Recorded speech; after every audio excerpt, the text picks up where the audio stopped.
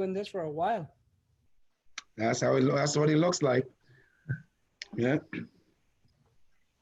All right. Alhamdulillah. As long as we continue.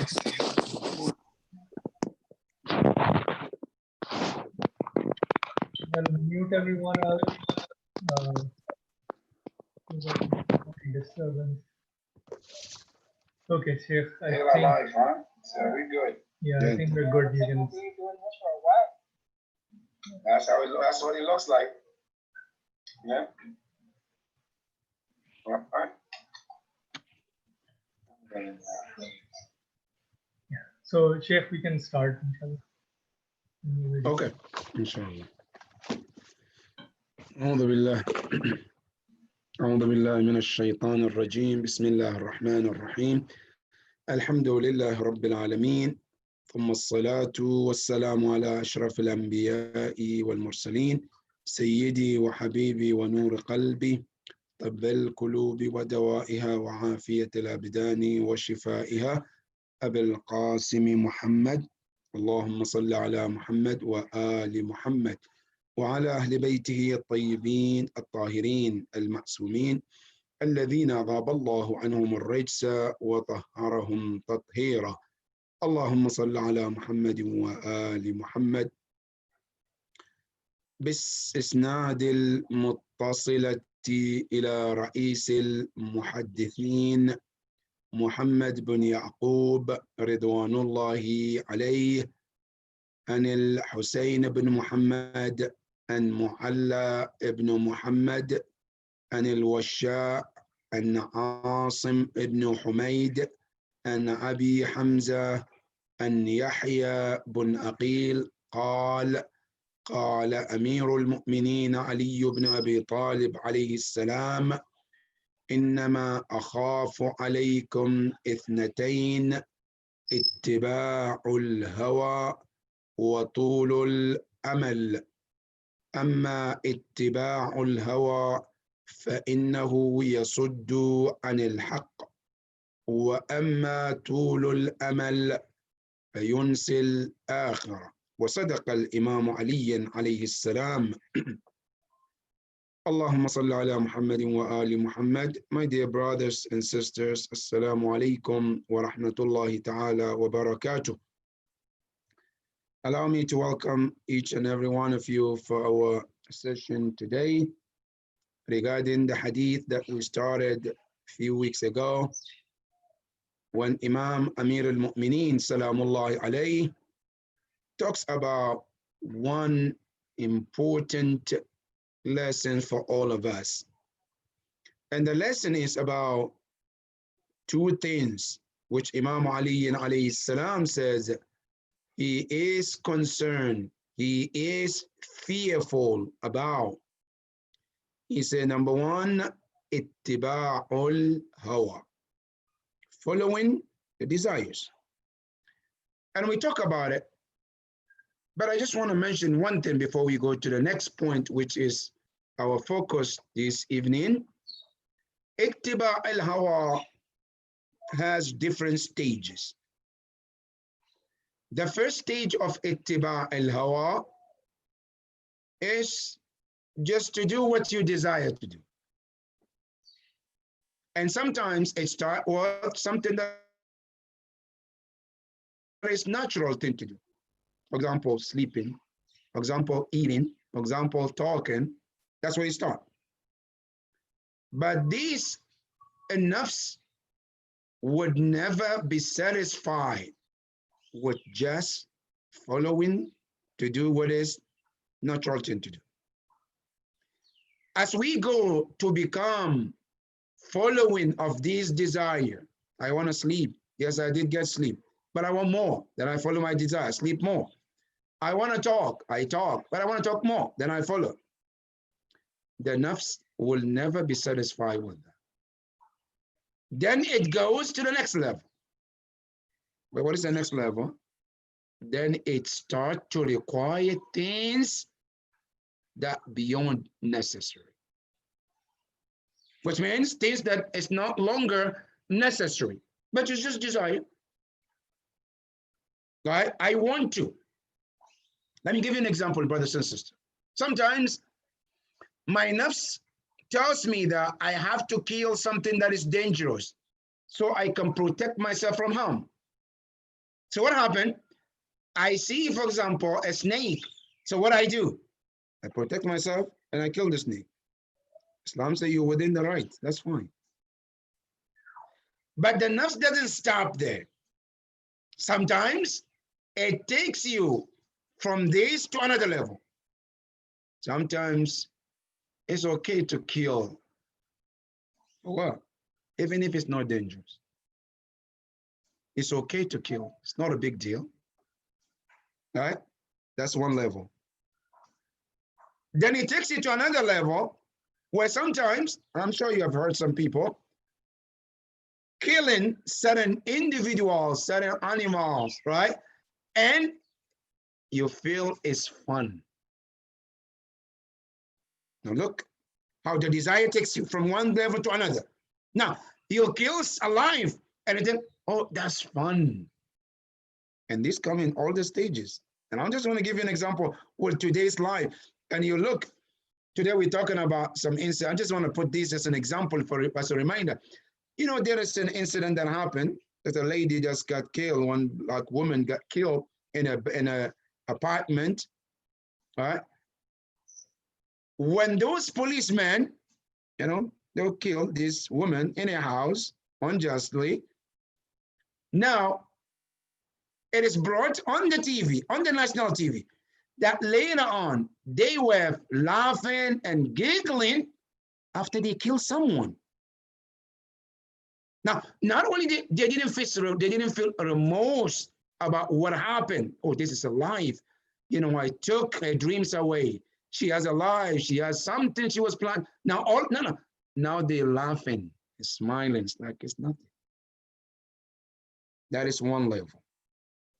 Another level that is worse than this all, which Quran mentioned, where a person makes this desire to become God. What does it mean? Which means, ya nafs, order, and it's done. Listen to the Quran. أَفَرَأَيْتَ مَنِ اتَّخَذَ إِلَهَهُ هَوَاهُ. Ya Rasulullah, have you seen a person who took his desire to become God? Which means you desire, say what you want, and it's done. I'm your slave. I'm under your control. I'm completely in your obedience. And that is when you see a person will kill his own father, his mother, his cousins. Doesn't matter as long as he achieved what he desired to achieve. That's it. And that is where this desire becomes super dangerous.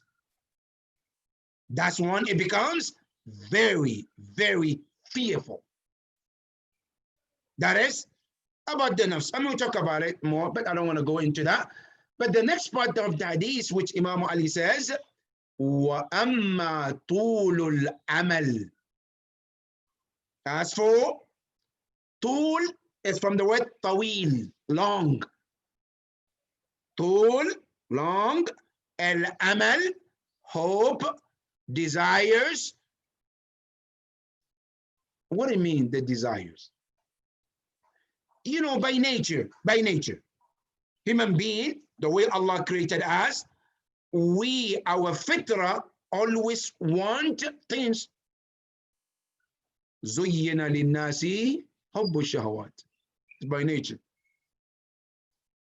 You want one thing, as soon as you get it, you want another. That's human being.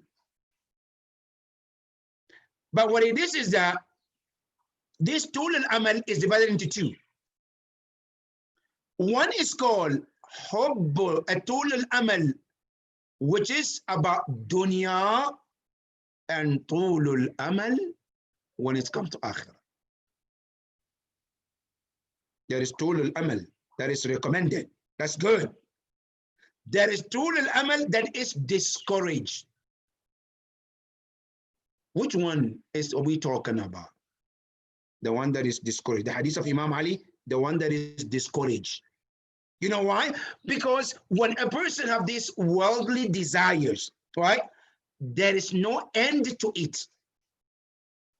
There is never an end to it. Now, I'll give you one example. For those of us who are in technology, I like phones, right? I like phones. I like computers, you name it. These people, those who make the technology, they're very smart. They understand how the nature of human being works. So what happened? Every year they come out with something new. It's the same phone, right? The same phone, but they bring new features, right? Now, so what happened? Oh, I got this, right? Samsung Note 1, all right. That's the new one, mashallah. Good. I got the Note 1. As soon as, by the time they bring you Note 1, they're working on Note 2. Now you hold this Note 1, you're happy, oh mashallah, they're working on Note 2. Now, as soon as they finish with Note 2, they started working on Note 3. Then they bring Note 1, Note 2. They said, no, oh, Note 1 is no longer, now let me take Note 2. I get Note 2, then they bring Note 3, then Note 4. Then the numbers keep going up, right? And we, mashallah, and not to say that it's a bad thing, you know, getting the phone that works for you, alhamdulillah, but just an example I'm giving here. Now, so what happened? I keep buying 4, 5, 6, 7, 8, 9, 10. Now, if I need my needs, right? My needs, what I need, my job, my life needs that kind of phone, that's fine. But if I don't need it, what difference does it make? Now I buy phone Note 1, right? And Note 25, example, 25. They're all gonna call the same line equally anyway. They're all gonna dial the same 10 numbers. It doesn't make difference that, oh, this is Note 25, so you can dial three numbers. No, it's gonna dial the same thing. But the difference is this one has some features, this doesn't have, and they keep going on. The same thing in every single level of life. You come into the houses, the same thing. Now, what Imam Ali is saying here is, وَأَمَّا طُولُ الْأَمَلِ, this following desires. I got this, I want this. I got this, I want this. I want this. The more you have all these things, which is the worldly things, which Imam Ali is talking about, this is the worst part. But there is something that Islam said that is good. What you get, don't stop, keep going, keep going. What is it? They say al-ilm, knowledge. Imam Ali has a saying in Najul Balagha. He says there are two beings, they never become satisfied. Manhuman la yashba'an. They never become satisfied. Number one, as a talib dunya, the seeker of the world, with tulul amal, right? Now you look, people who are in this world. Now let me give you one example. We all know Bill Gates, how much money he has, right? Have you stopped working? Never. With that mind that he has, you would think, hey, could close his door and say, no, bye-bye to job. Now I'm going to sleep. No, he's working, he's earning millions every day and continues to work and continue to explore more to make more money. Not to say making money is haram. I'm just giving an example. These are all good things, right? It depends on what? It depends on two things, my dear brothers and sisters. Number one, seeking money and having more money is not haram in Islam. And let me say this, Quran even call money khair. وَإِنَّهُ لِحُبِّ الْخَيْرِ لَشَدِيدٌ. Al-khair means money. Quran call money khair, which is good. Right? In Surah An-Nisa, Allah says, إِن تَرَكَ خَيْرًا الْوَصِيَّةُ لِلْوَالِدَيْنِ وَالْأَقْرَبَيْنِ. When a person dies and leaves behind al-khair, means money. Khair is good. But when would the money becomes bad? Two things. One, when a person earning haram way, one, and two, when that money becomes God. I worship money. I worship wealth. Then it becomes problem. But if I seek money, halal way, and I use that money for the sake of Allah, for the path of Allah, Islam says get as much as you can. There's nothing wrong with that. And I'm just giving an example as this tool al-amal works, right? So that's the evil one. The second one, it says, وَطَالِبُ الْعِلْمِ, the seeker of knowledge.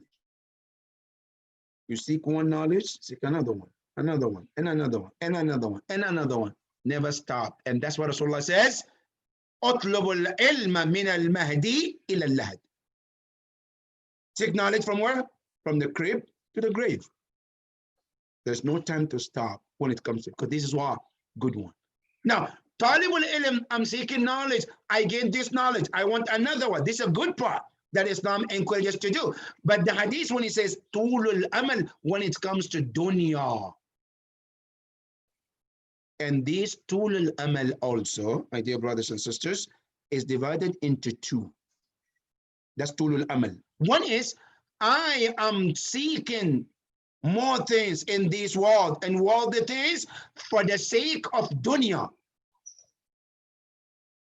That is what Imam Ali is talking about. But sometimes, no, I'm seeking this world, right?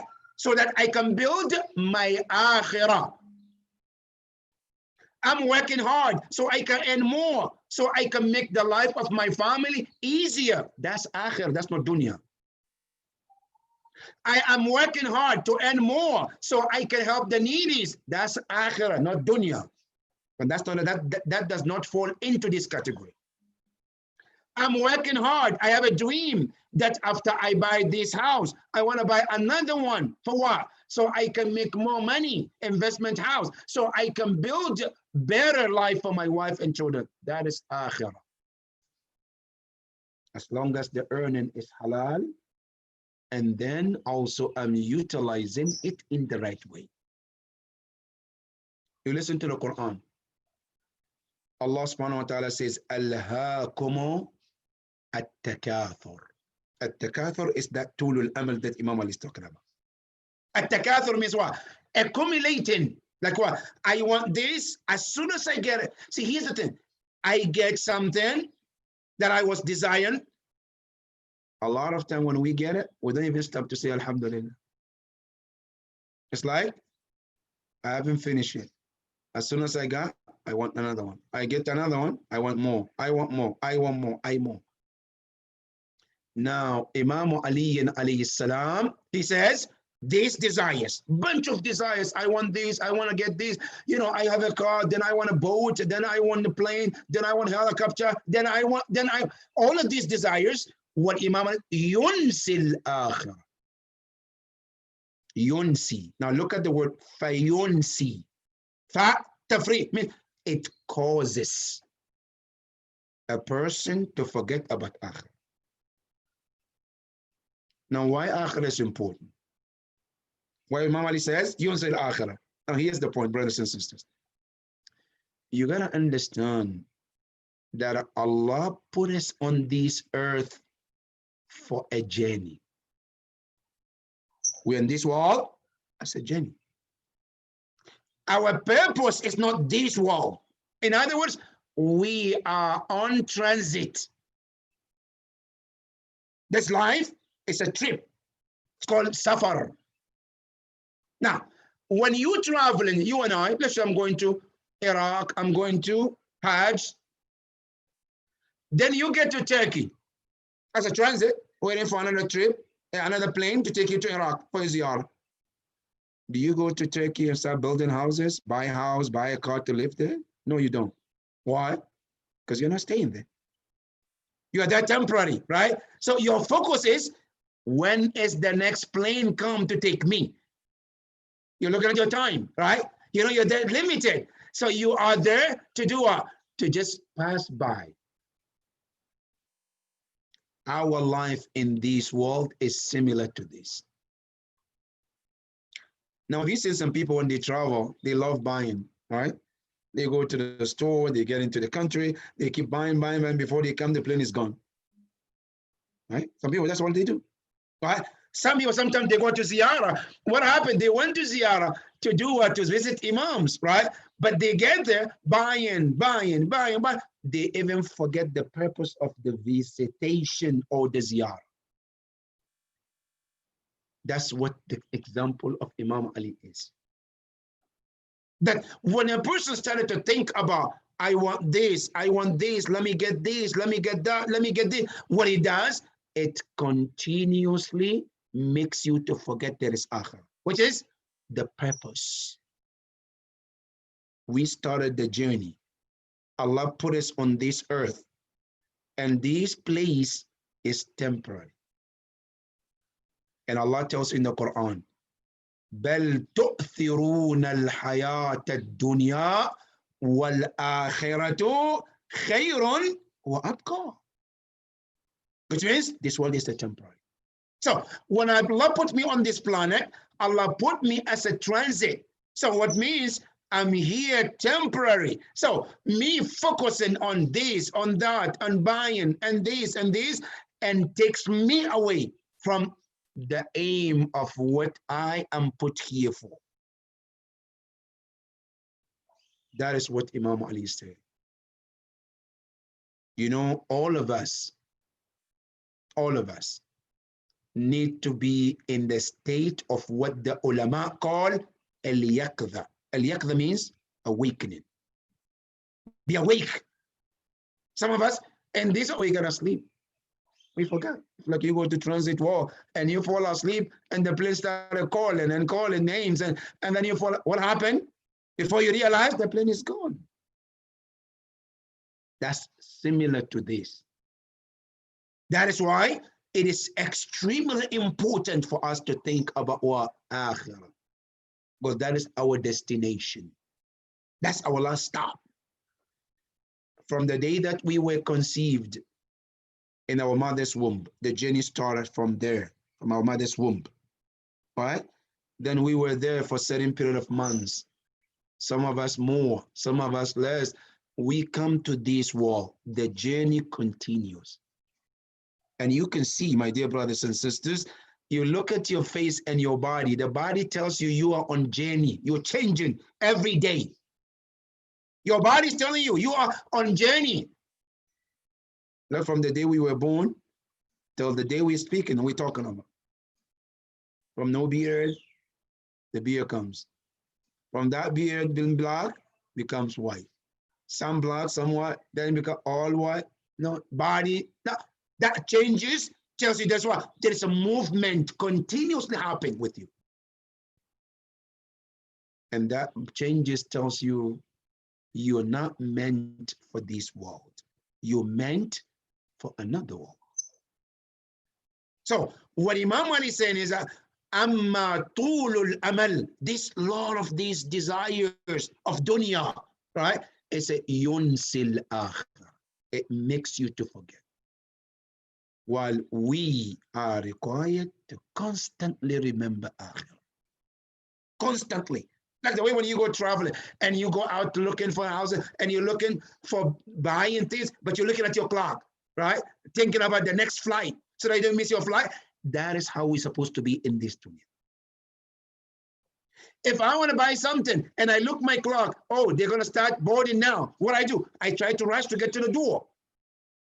I would not let anything to come between me and my flight. That is how similar to what Imam Ali is reminding us. Don't let anything come between you and your akhirah, because you are on journey. One of those things that comes between you and akhirah is what? Is tulul amal, ad-dunyawi. This worldly material things. And you know why this is so amazing that we need to think about it and ponder about it more? No matter how much you accumulate, no matter how much you are successful, you're not taking anything. You can pile as much as you want, right? You can gain as much as you want. But how much can you take with them on your day of journey to Allah subhanahu wa ta'ala? No. Now, what it means, I'm building I'm working for others. You know, that's why this is from Imam Ali alayhi salam, that when you go to Wadi Salam in Iraq and he talks to the deceased, what does he say? He says, you want to know the news on the news about us in this world? I'll tell you. I said, Amal Buyut, the houses that you built and left, he said, Fakad Sukinat. Somebody already been settled in there. Your room that you sleep there, now somebody's sleeping there. Amal Amwal, the money that you put in your account, as a Qosimat, being divided. Oh, this son takes this daughter takes it, this brother, this mother, this father, they divide it. Amal Malabis, your clothes that you left, the one that you like to wear most, right? You're going to wear that to go to wedding, to meetings, you name it, right? Fakad Lubisat. Now somebody else is wearing it. Now, if you think about it, what is the point of all of this? That I have to work so hard, right? And at the end of the day, I have to leave it behind. Nothing. Is it really worth it? If not for the sake of Allah, is it really worth it? Yes, if I'm going to work hard for the sake of Akhirah, yes, it is worth it. But if it's for the sake of dunya, it's really not worth it. And you know what is worse than all of these? The hadith of the Prophet. Some of us, we work so hard. We don't pay khums. We don't give sadaqah. We don't give the poor people. We don't do anything. And then we die. Then our children, our family members comes inheritance and takes it and build the akhirah for themselves. I built it. I started it. Yes, but I didn't get the akhirah. I didn't get the Jannah. Somebody comes, takes it, right? And they use it in the right way, and they get Jannah with my sweat and my hard work. What a loss. That is why Imam Ali is reminding us, he says, you have to understand this is a life of journey. And anything that is going to take you away from that journey is not worth it. Number one, Tul al-Amal, what it does, it makes a person to forget about thinking in the first place. Imam al-Khomeini said in this book, Tul al-Amal yamna'u min at-tafakkur bil-akhirah. It makes you don't even think. Because every day, you think about, meetings with this person, how much money is coming, how much do I need to put here to make more money? How much do I have to do this, do that, and not even thinking about akhirah. That is number one. Number two, also, yusabbibu nisyan. What it does, it makes you to forget about akhirah completely. In the first one, it doesn't allow you to think. Number two, it makes you to forget, completely forget. That there is something called akhirah. You don't even think about it. That's what Quran says, Alhaakum at-takathur hatta zurtumul maqabir. Now, this second point, Imam Ali has a beautiful hadith. And it's also put the nails on the right spot. What does it say? It says, Inna jumud al-ayn min qaswat al-qalb. Al-jumud al-ayn, like when somebody doesn't cry. Somebody doesn't cry. The eye is so tough, he cannot even shed tears for anything. Imam Ali says, min qaswat al-qalb. The cause of it is from the heart. When the heart is so tough, it doesn't allow the eyes to shed tears. There's a link between the eyes and the heart. When the heart becomes soft, it's easy to cry. Now, what causes the heart to be hard? What causes the heart to become tough? وَقَسْوَةَ الْقَلْبِ مِنْ نِسْيَانِ اللَّهِ. And the heart becomes tough when a person forgets Allah. Ya Imam, what causes a person to forget Allah? وَنِسْيَانُ اللَّهِ مِن نِسْيَانِ الْمَوْتِ. When a person forget about death, then they forget Allah. If you remember death, you remember Allah. Because you know, when you die, you're going to meet Allah. So there's a link between two, right? Death and meeting of Allah. So when a person forget Allah, the cause of it, they've forgotten about the akhirah. وَنِسْيَانُ اللَّهِ من نسيان الموت. ونسيان الموت من طول الأمل. طول الأمل here. Imam Ali says the same thing here. The reason why a person will forget death is what? طول الأمل. These long dreams, long hopes, long desires, long wishes. Now what causes that too? It's وطول الأمل من حب الدنيا. طول الأمل, the long hopes and dreams comes from where? When a person becomes in love of this dunya. Then Imam Ali says, وَحُبُّ الدُّنْيَا رَأْسُ كُلُّ خَطِيئَةٍ. And the love of dunya is the cause of every sin. In other words, when the love of this dunya enters in somebody's heart, then they're willing to do anything. Doesn't matter. Haram, halal, doesn't matter at that point.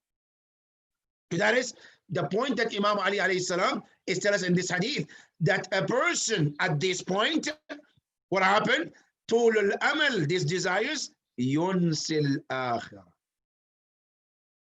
But a person have to keep in mind that I am on journey. If I don't keep on this journey and focus on this journey, and by chance I get into that world without well prepared. Now listen to Dua Kamil, what Imam Ali says. He says, وَأَنْتَ تَعْلَمُ ضَعْفِي. Allahu Akbar. So Ya Allah, you know how weak I am.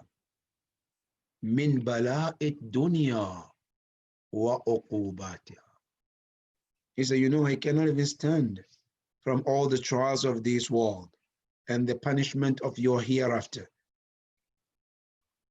And then he goes to say, وَهَذَا مَا لَا تَقُومُ لَهُ السَّمَاوَاتُ وَالْأَرْضُ. Your punishment, the heavens and the earth in combined, they cannot stand the punishment of Allah. How about me, who is weak, the weaker? How can I stand the punishment of Allah? So do I want to go into this kind of lifestyle where I forget Allah, I forget everything because of tulul amal? I want this, I want that, I want this. Now the bottom line, my dear brothers and sisters, does it mean Islam says don't work hard? No, it doesn't. Does it mean Islam says don't own things? No. Does it mean Islam says always be in the masjid, subhanallah? No, that's not what it means. Now, what does it mean? There are three things here, my dear brothers and sisters. Number one, what Islam is saying based on the hadith is number one, constantly keep your mind thinking about your destination. That's what Imam Ali said. Imam Khomeini said, at-tafakkur, thinking, keep the connection with your destination. Remind yourself every day, I'm not created for this world. I'm here on the transit and I am to go somewhere. That's number one. Number two, whatever you earn or you do, let the niyyah be for the sake of Allah and your akhirah. Imam Ali said in one hadith, اعمل لدنياك كأنك تعيش أبدا. Which means Work as hard as you can for your worldly and for your daily bread, as if you're gonna live forever. وَأْمَلْ لِآخِرَتِكَ كَأَنَّكَ تَمُوتُ غَدًا. But when you come to your akhirah, work as if you're dying tomorrow. So Imam Ali tells us that if your niyyah is clean and you make sure that whatever I earn, whatever I work harder, I have intention that is for Allah subhanahu wa ta'ala. Take care of my dunya, my wife, my children. Uplift their life standard. Give them the better education. There's nothing wrong with that. If that's what your intention is, فَذَاكَ لِلْآخِرَةِ. That's number 2. Number 3, don't become attached to this more than you become attached to your Lord and the Qiyam. In other words, yes, I work hard, I earn them, but don't become slave of those things that you earn or you have. Let them become your slave. Use them and buy your akhirah. There is one beautiful hadith of the Hadith al-Qudsi, where Allah subhanahu wa ta'ala is saying, Ya abdi. Now look at this hadith, it's so beautiful. Ya abdi, my servant, you are mine. Allah says, you are my servant. He says, Al-malu mali. Money that you earn, you gain, you do. He says, mine. Al-malu mali. Then he says, Wal jannatu jannati. The heavens is mine. There are 3 things, right? You, my servant. Money, mine. Jannah, mine.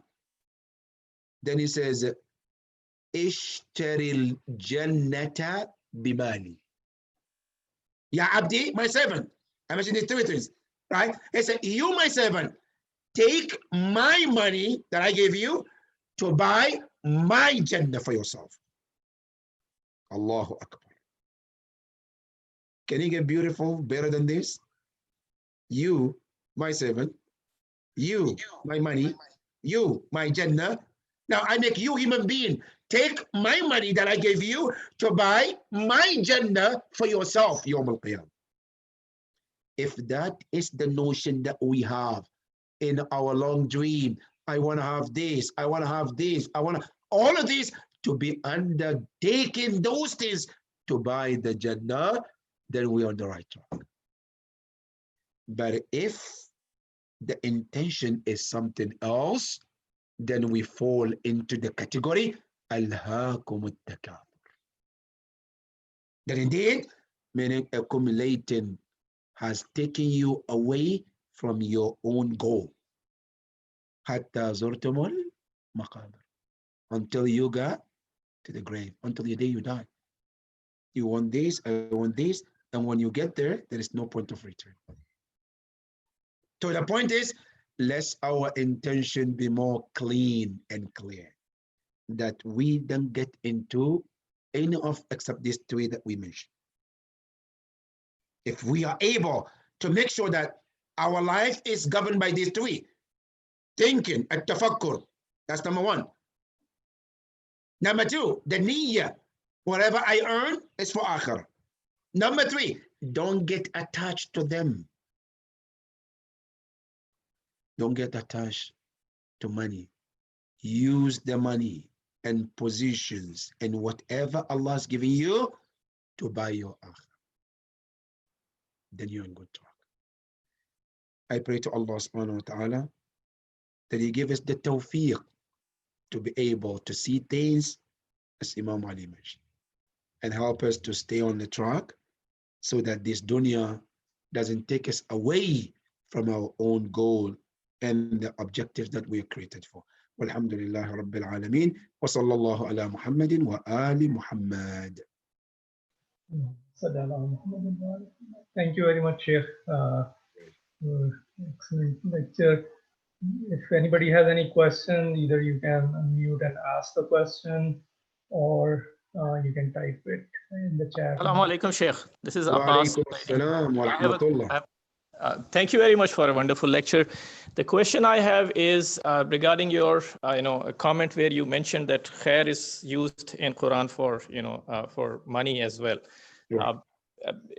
My question is that there are several other terms also used. We have khair, we have mal or amwal and silver and gold and some of the other, ways of mentioning other accumulations.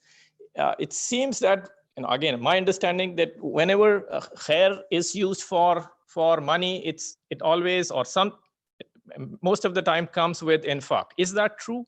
That's the first part of my question. The second is, people who come from Urdu speaking countries and Persian, we use a term khairat. Again, in Arabic it's plural of khair, but in our use of the term, we use khairat for anything which is given in the way of Allah. So it seems that our forefathers also understood khairat as something which is money given for the sake of Allah. Is that the right understanding or not? Yes. The first question regarding the word al-khair. Yes, Quran always use wording in different terms and different ways.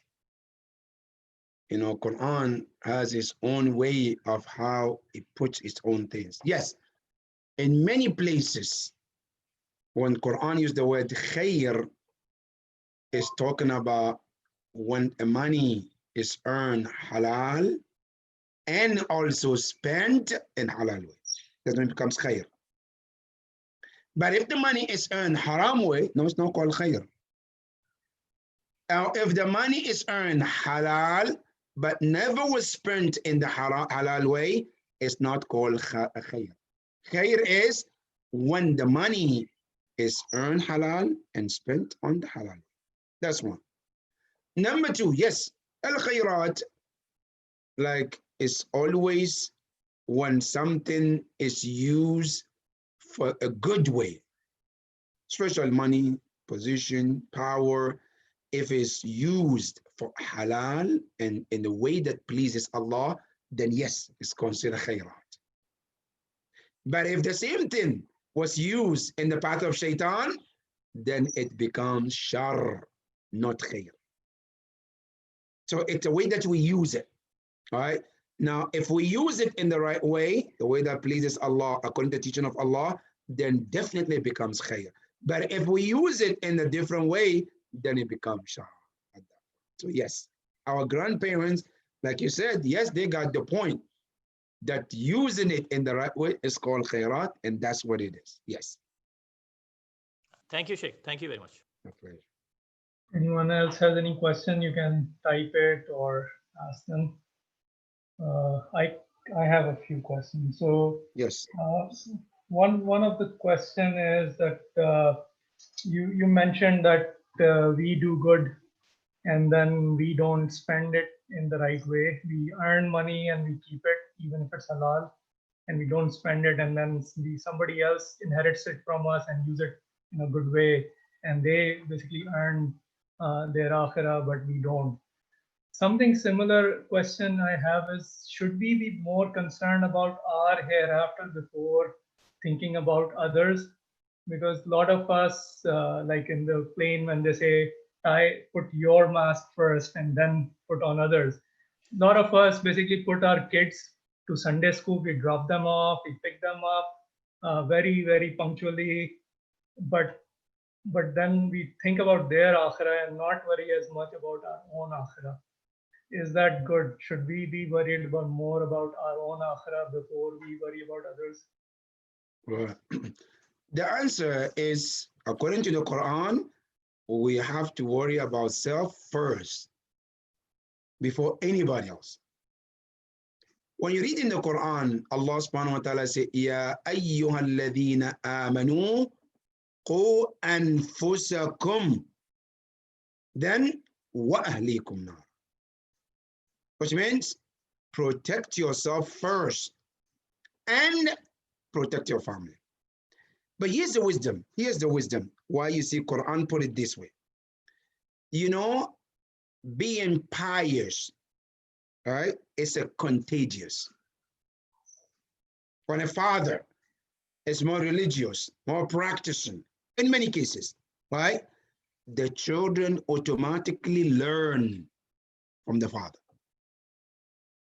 So in that case, you don't even need to talk much, because even Quran tells us that talking is not something we should do more. What we need to do more is action.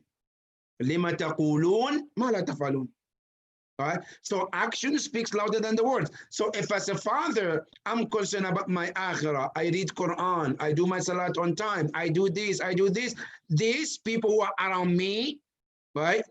It helps them too. And that's what the scholar says, that when the Quran says about the Prophet, it says, وَيُزَكِّيهِمْ وَيُعَلِّمُهُمُ الْكِتَابِ. How did the Prophet used to do tazkiyah of people?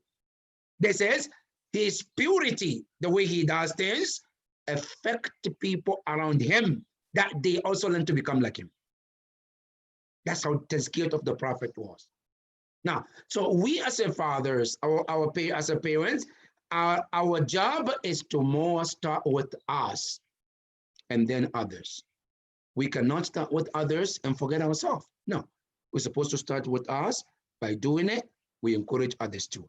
That's why in Islam they says, don't ask others to do something unless you do it first. Imam Ali says, I never ma amartukum bi shay'in illa wa ataytuhu qablakum. وَمَا نَهَيْتُكُمْ عَنْ شَيْءٍ إِلَّا وَانْتَهَيْتُهُ قَبْلَكُمْ. I never ask you to do something unless I done it myself first. If I tell you, I never start from doing something unless I start first before telling you. So that is the protocol. Start with ourselves and then others. Thank you, Sheikh. Yes. Does anybody else have any question? Okay, I have another one. So, Tulul Amal, does it cover, I mean, there is one other thing, one other type of hope that we have, which is shafaat. Yes. So a lot of us say, okay, since we are the lovers of Ahlul Bayt, we are going to get shafaat anyway. So we don't have to do certain things right now. We can do it when we are older. If there is time, we're going to get shafaat anyway. Is that part of Tulul Amal, that we are sort of being complacent, that being Shia of Ahlul Bayt, we are going to get shafaat and we don't have to act as much?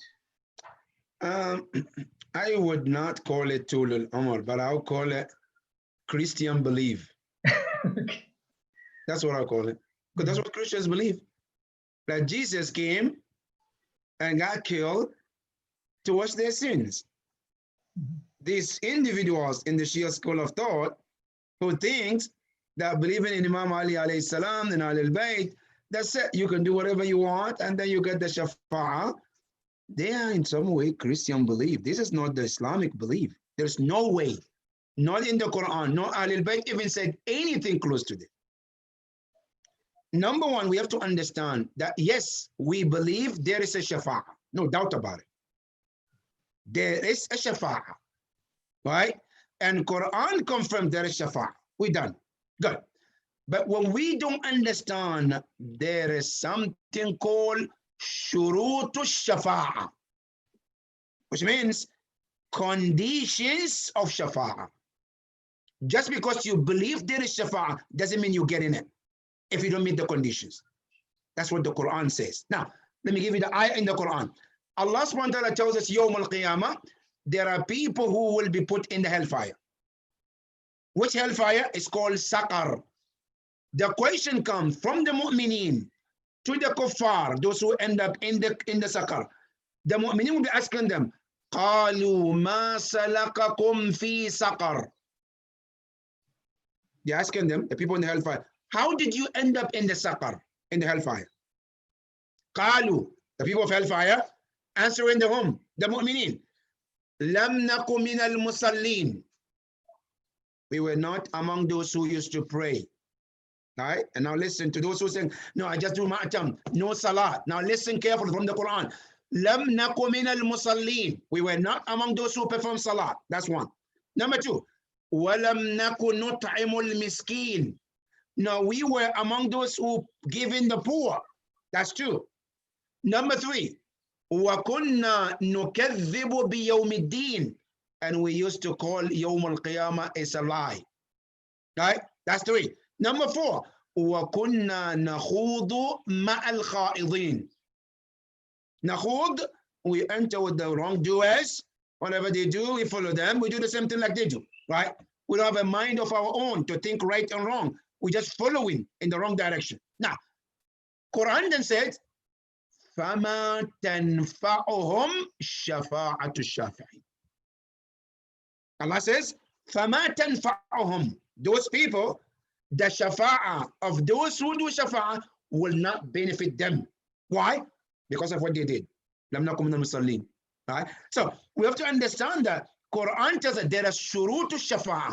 You cannot just believe there is a shafa'ah and that's it. I'm getting one. No, it doesn't work like that. You have to meet the conditions. Everything in Islam doesn't come just like that. It always comes with shurut wa shara'ituha. Now, shafa'ah is there, but you have to meet the condition. And just believing in Ahlul Bayt is not enough. Again, it's not enough. And again, I said, this book, Arba'una Hadith, Imam al-Khumaini, rahmatullah ta'ala alayh, there is hadith specifically about this from Imam al-Baqir alayhi salam. When somebody came to him and said, Yabna Rasulillah, we heard people are saying that believe in you and they're good to go. Then Imam said, Wallahi kadhibu. I swear by Allah, they lie. He said, how would Allah ask us to pray and not ask them to pray? Allah wants us to fast and not them. They say, Wallahi kadhibu wa fajiru. And then he says, فَوَاللَّهِ مَا شِيعَتُنَا إِلَّا مَنْ أَطَاعَ اللَّهِ. Our true Shia is the one who obeys Allah. He prays, he fasts, he gives zakat, he pays khums, he does his wajibat. Now, he's not ma'asum. There's a shortcomings here and there. Yawm al-Qiyamah, then the shafa'ah comes to those individuals. Not those who decide on themselves. I'm not going to pray. I'm not going to fast. I'm not. And then waiting for shafa'ah. Quran said, no, you're not going to get that shafa'ah. That's for sure. That is completely misunderstanding the true Islam and the faith of Ahlul Bayt. Thank you very much. Anybody else has any question? Okay. I have one more question. You mentioned that the changes that happen in us represents the journey that we are on in this life, from birth to death. In Akhirah, either in Jannah or in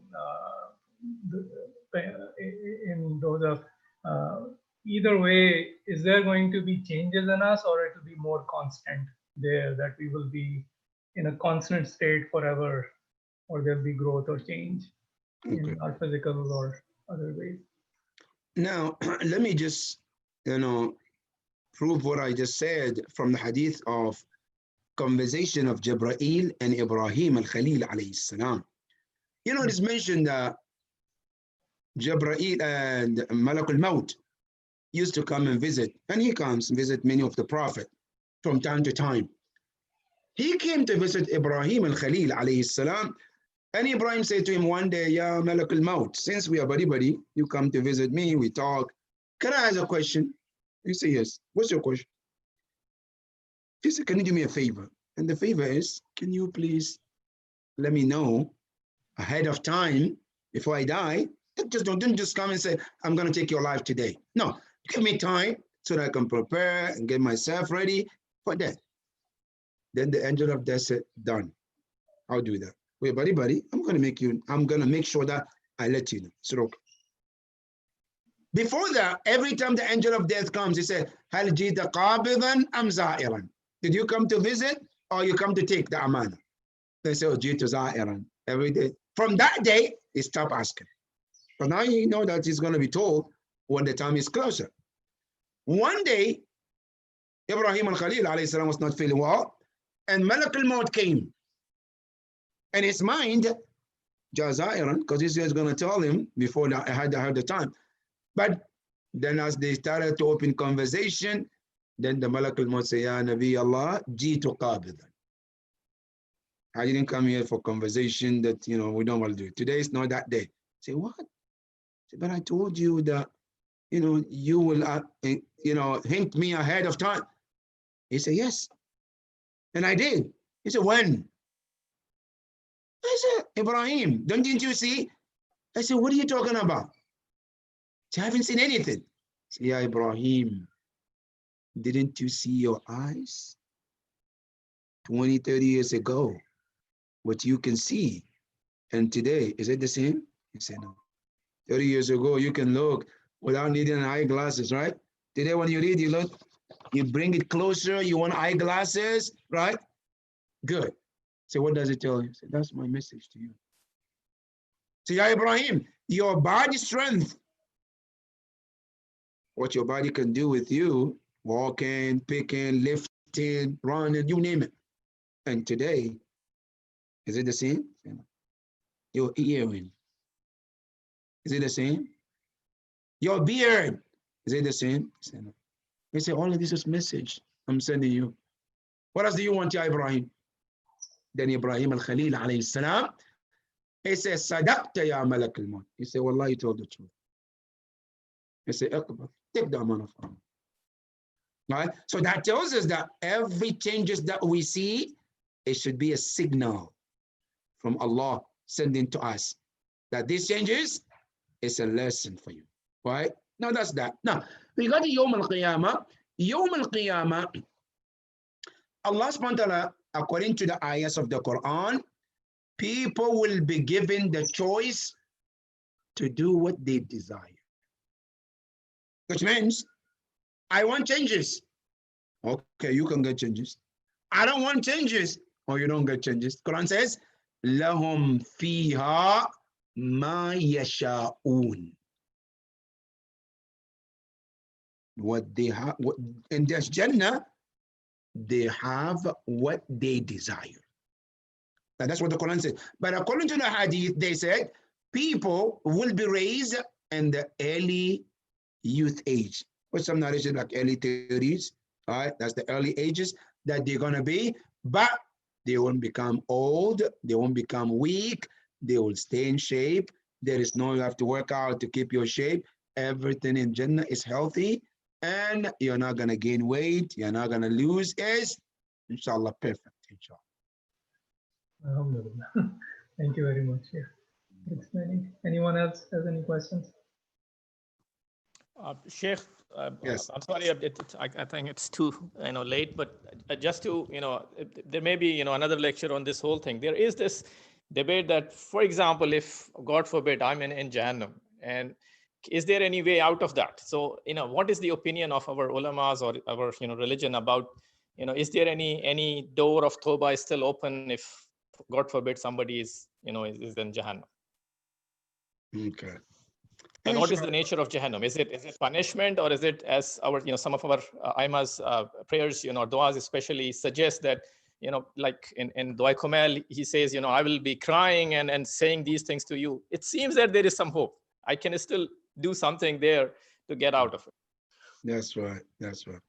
Now, from the Shia school of thought, first of all, the other school of thought, like Ahl-Sunnah wal Jama'ah, there are a big notion that once a person enters Jahannam, there is no way out.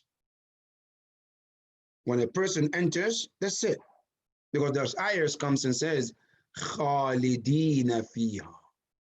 Al-khulud in Arabic, immortal. There's no coming out. That is one notion in the Shia, in the Sunni school of thought. But the Shia school of thought, there is a belief that no, there are different groups of people who will go into the hellfire. There is one group that they will go to hellfire in a very short time to wash their sins and then come back and then enter Jannah. That is one. There are a group of people also who will go to Jahannam or hellfire for a little longer term, all right? And then come back to Jannah. But then there are another group who enters hellfire and they will not come out ever. And Quran mentioned them. So now, from the Shia school of thought, yes, there is a hope that people, even when they go to Jahannam or hellfire, there are certain people who will not be there forever. There are certain group Quran mentioned, yes, forever. For example, إِنَّ الَّذِينَ كَفَرُوا إن الذين كفروا والمشركين في نار جهنم. أهل الشرك and أهل الكفر who was completely كفر بالجحود. Right? Those special cases, right? Allah subhanahu wa ta'ala says in Surah Al-Bayyinah, خالدين فيها. They don't come out as they get in. وما هم عنها بغائبين. No, they have any holidays in that hellfire. Now, but other people who have like Muslims, but they have major sins, right? And they have done so much. Yes, they might get punished if they don't get the shafa'ah, right? They might go to hellfire, get punished for the sins for the period of time they have done, and then get out and get to Jannah for that period. But there are other people also, but which notion is very weak from the scholars. They said at some point, nobody will be in the hellfire. There are this notion also, some people say, but our scholars say, no, this is very weak. That's not true. Yes. Thank you, Sheikh. Anyone else has any questions? I think I don't have any more questions here. You have Okay. presented a very clear picture to us what we need to do. Thank you very much again. So maybe we can just do Fatiha and do dua for the people who are suffering in all kinds of suffering, especially this new pandemic that we're dealing with. Inshallah. Yes. Inshallah, one of our scholars, and he was my teacher too, Ayatollah Sheikh Qurani. He is now also infected by this virus, and he is in the hospital, for a few days now. May Allah subhanahu wa ta'ala give him and give all our brothers and sisters the fastest shifa, Ya Rabbil Alameen. Ya Allah, we ask you, our mu'mineen and mu'minat in Maryland here too, we have our sister Ambreen, even though it's not corona, that she is also hospitalized, and other brothers and sisters across the world, all humanity at large, Ya Rabb. We ask you, those who are affected by this, some of them are not affected by this, but were affected because of this disease. Some of them are jobless. Some of them have lost so many things because of these things. Ya Allah, we ask you to make it easy for all of them, Ya Rabb. Amman yujib 5 times. Bismillahir Rahmanir Rahim.